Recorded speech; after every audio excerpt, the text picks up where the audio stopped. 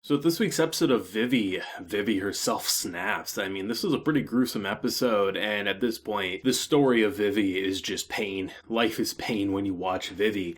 And I know there's going to be a lot of talk about Matsumoto because apparently, from what we learned in this episode, the doctor himself really didn't cause everything that happened on this island. And Matsumoto was the last one who seemingly scanned that device. So all things would point towards Matsumoto corrupting it, right? And that's probably what they did. There still is a way for Matsumoto to be in the clear because this could have just been an unforeseen circumstance of when it was injected, it caused a negative reaction that very well could have happened, and it could be explained down the line that's exactly what occurred.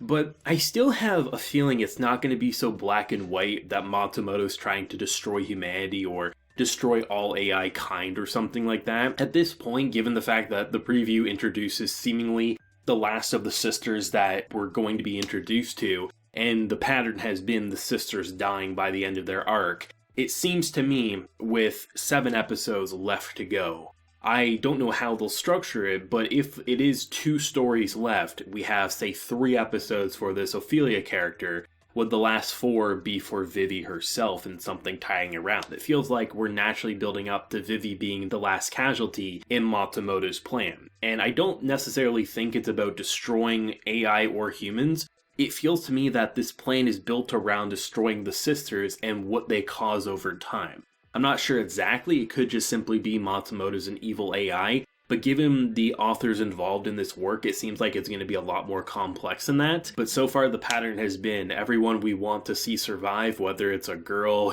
just being so nice to people on a space hotel, to a love that can never be. This story is pain for these sisters. I actually saw quite a few people pretty closely predict what was going on in this episode in last week's comment section, which was really interesting. Completely glossed over it that the fact that Grace might actually be on the island and the Grace that we are following was just like an empty clone or something like that. Exactly what's happening. When you see the idea that AIs only have one mission, right? Diva, as an example, is someone whose task was singing and making people happy. But then you have characters like Estella who had a mission and went against that mission, and in doing so, it triggered humanity to look at AIs as being able to be repurposed for new missions. And the person who would be most capable of that is, unfortunately, Grace, someone who is destined to be married and have a loving life, was now forced to basically become that island. And when you realize that some of the dialogue that was said in last week's episode, like these little R2-D2 looking robots, right? They're saying how, a song is a great way to greet people. And then you get the flashbacks throughout the episode with this doctor and how the song is a great way to greet people.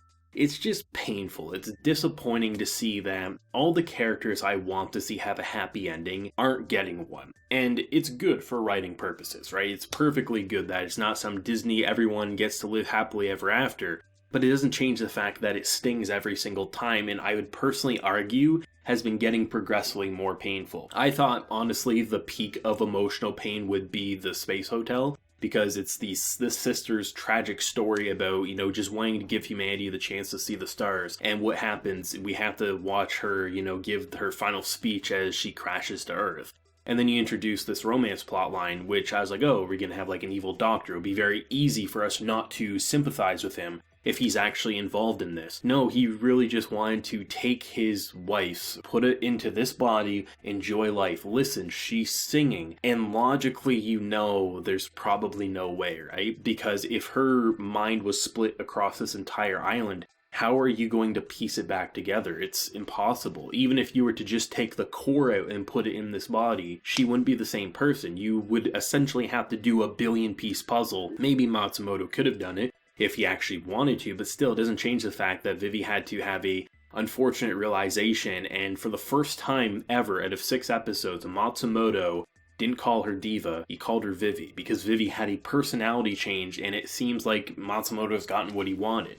And if Matsumoto truly isn't a good person, this has been a lot of catastrophe-driven plot lines. And even though it didn't cross my mind, when you see that wedding chapel at the end where he's standing there and he puts down the ring that was supposed to be hers, and, Vivi is just saying, I want you to have happiness, I thought he was going to be a lot more violent towards her. But the gunshot, her seemingly breaking, I feel like naturally what she wants to do is the exact opposite of what Matsumoto wants to do. And even if Matsumoto is actually a perfectly good AI with perfect intentions, by the time we get to that last arc, I feel like it is going to be Matsumoto versus Vivi, and it's going to be two very different beliefs on which side of the future should happen, and honestly, I don't know what the end goal truly is anymore. There's so many different ways for it to go, and I could see them all pretty much working. An AI going rogue and, saying, hey, we have to change the future. I've seen that plotline done before, but given how the writing has been handled up until this point in understanding essentially time travel,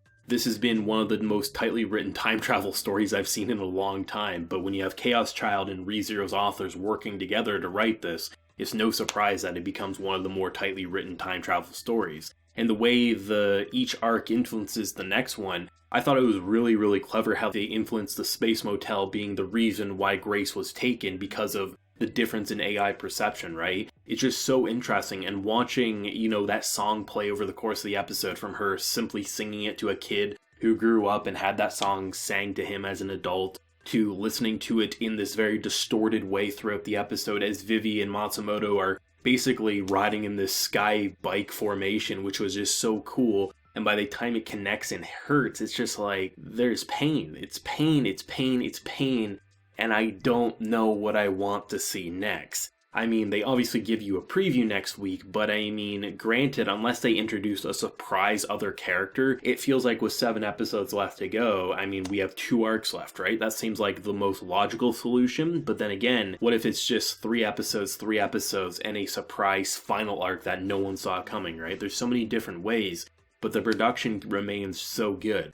Most people seemingly are really impressed by the hyper-detailed shots that are ridiculously detailed. Some people I've seen say it kind of feels distracting given the general art style. For me personally, it invokes this level of emotion in Vivi, a character who's supposed to be robotic, and every time it happens, either to her or other characters, it really gets a very strong reaction out of you. So while, yes, it's vastly different than their general art style, I think it serves a very important purpose into really invoking negative or positive or sad reactions out of you. And it just continues to impress me with what Studio has been able to do for 6 episodes over 5 weeks since episodes 1 and 2 aired back to back, right? And it still has yet to dip. Sure, there's certain shots that are animated better, but I mean, the fact that this episode was a consistent emotional quality, and then we get this giant action sequence with this 3D environment using cubes to form a floating bicycle, basically, with laser cannons, as you can't even pause it to really capture what's happening because it's so smoothly animated.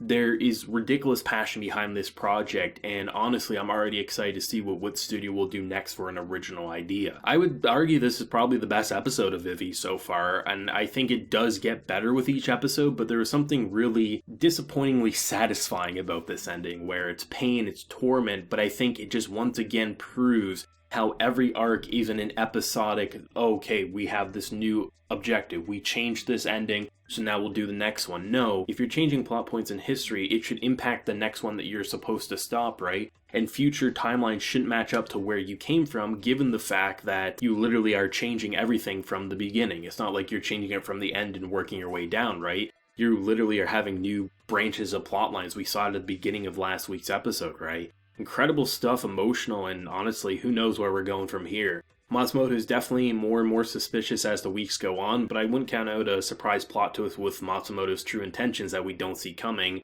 given the writers behind this. Let me know your thoughts and feelings down below, your theories, your speculations. If you enjoyed the video, leave a like, share your support, and hit that subscribe button if you're happy new around here. So until next time, everyone, please take care and have a good one.